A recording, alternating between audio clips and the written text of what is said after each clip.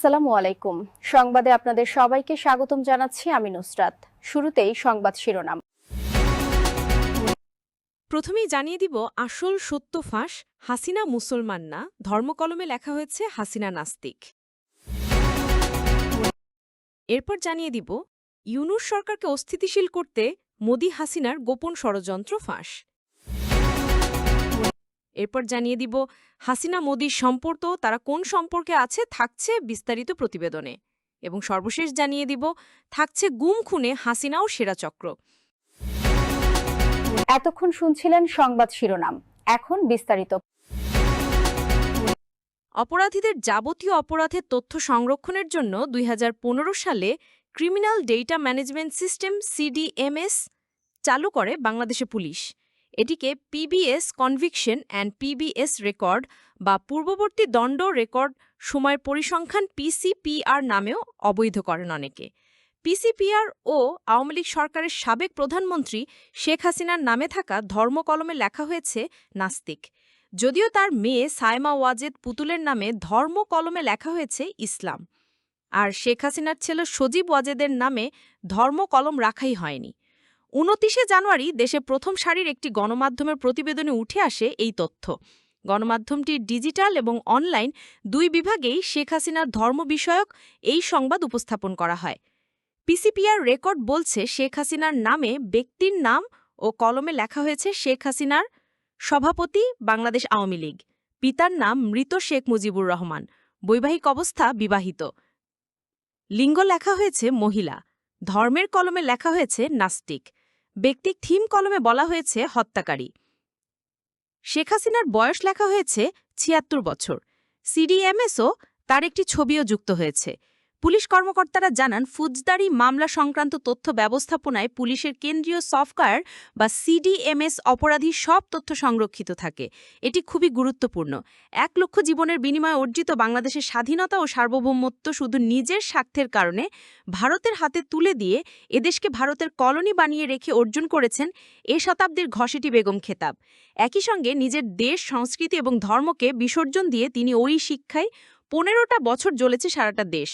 কখনো লগি বৈঠার তাণ্ডবে, কখনো চাপাতির আঘাতে, আবার কখনো পুলিশ, র্যাব কিংবা বিজিবির নির্বিচার নৃশংসগুলিতে।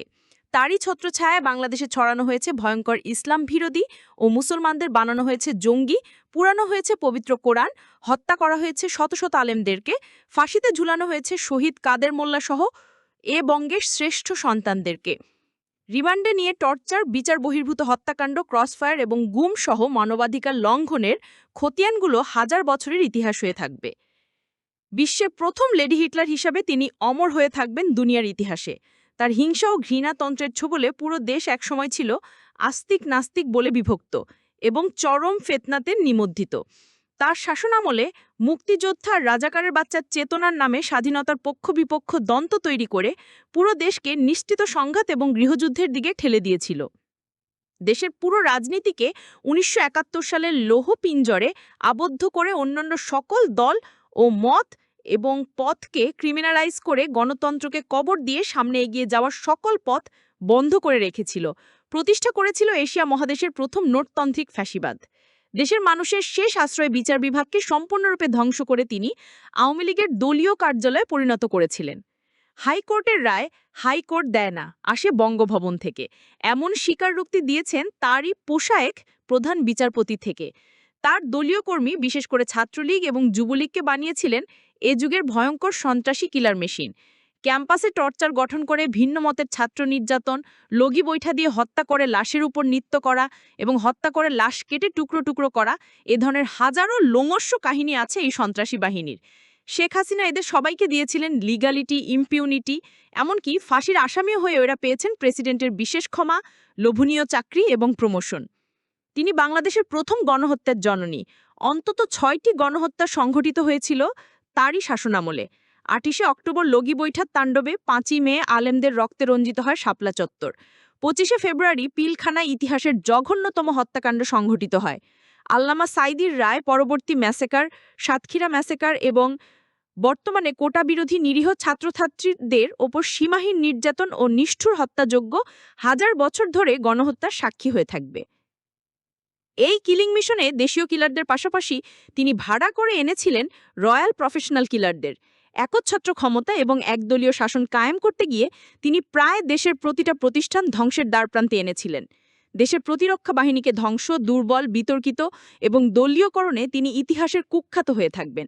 সংস্কারের নামে শিক্ষা ব্যবস্থার 12টা বাজিয়েছিলেন, নির্বাচন কমিশনকে পকেটে ভরেছিলেন, আর জাতীয় সংসদকে বানিয়েছিলেন গানের আসর এবং শেখ পরিবারের তৈলমত্তনের কারখানা। রিজার্ভ চুরি, ব্যাংক লুট, শেয়ার বাজার কেলেঙ্কারি, বিদেশে অর্থ পাচার সহ সীমাহীন দুর্নীতি এবং অব্যবস্থাপনার যে রেকর্ড শেখ হাসিনার আমলে হয়েছিল, তার ধারে কাছে দুনিয়ার কেউ আসতে পারবে কিনা সন্দেহ। দুর্নীতি আর লুটতন্ত্র এতটাই গভীর যে শেখ হাসিনার 4র্থ শ্রেণীর পিয়ন পর্যন্ত কামিয়ে ফেলেছিলেন 700 কোটি টাকা সম্পদ। বেনজির, আজিজ, মতিওর এবং এস আলম সহ শত শত মহালুটেরা তৈরি করে একদিকে কায়েম করেছিল মাস্তানতন্ত্র ও মগের মুলুক। 2009 সালে ক্ষমতায় দখল করে শেখ হাসিনা বাংলাদেশে পারিবারিক শাসন প্রতিষ্ঠা করেছিলেন। তার পুত্র, কথিত কম্পিউটার বিজ্ঞানী সজীব ওয়াজেদ জয় মার্কিন প্রবাসী এবং সম্ভবত ওই দেশটির নাগরিক হওয়া সত্ত্বেও হাসিনা তাকে মন্ত্রীর মর্যাদায় উপদেষ্টা হিসেবে নিয়োগ দিয়েছিল, যার মাঝে মধ্যে বাংলাদেশ সফরে আসতেন এবং মাঝে মধ্যে আটলান্টিকের ওপার থেকে ফেসবুক, টুইটার, ইনস্টাগ্রামে জাতির উদ্দেশ্যে পানি পাঠাতেন।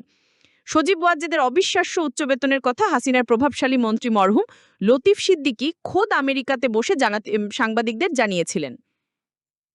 এছাড়া বিভিন্ন দেশে দুর্নীতি, লুটপাটের সম্পত্তির গল্প তো আছেই।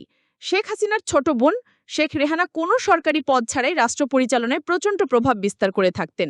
শেখ রেহানার স্বামীর ছোট ভাই মেজর জেনারেল তারেক সিদ্দিকীকে শেখ হাসিনা মন্ত্রীর পদমর্যাদায় নিরাপত্তা উপদেষ্টা পদে নিয়োগ দিয়েছিলেন।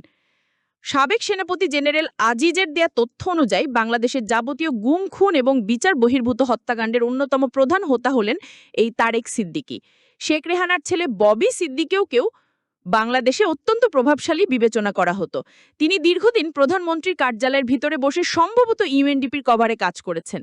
শেখ হাসিনার কন্যা পুতুল এবং তার স্বামী আরব আমিরাতে বিপুল সম্পদের কথা এখন অনেকটাই ওপেন সিক্রেট।